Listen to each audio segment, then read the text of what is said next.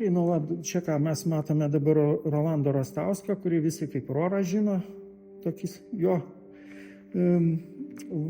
antruoju vardu galima vardinti arba taip pseudonimu. Šis darbas buvo nufotografuotas dar universiteto galerijai, tą portretą aš pasidariau ir paskui ruošdamas parodą Mončio galerijai pagalvojau, kaip galėtų jo portretas atspindėti jo kažkokius tai pomėgius ar kaip. Ir čia tai žemėlapiai kažkokie įsivedę, tai yra kaip jo kelionės, kurie buvo jo straipsniai spausdinami IQ žurnale, tiksliau žurnaluose eilė, ciklas visų.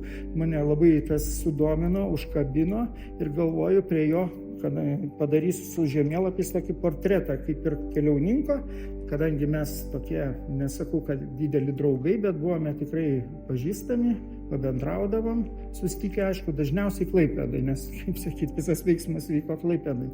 Jis tada ir dėstytojavo Klaipėdai, anksčiau, paskui tik tai Vilniuje, paskutiniu metu atsirado. Tai va, 3 metais tas darbas toks.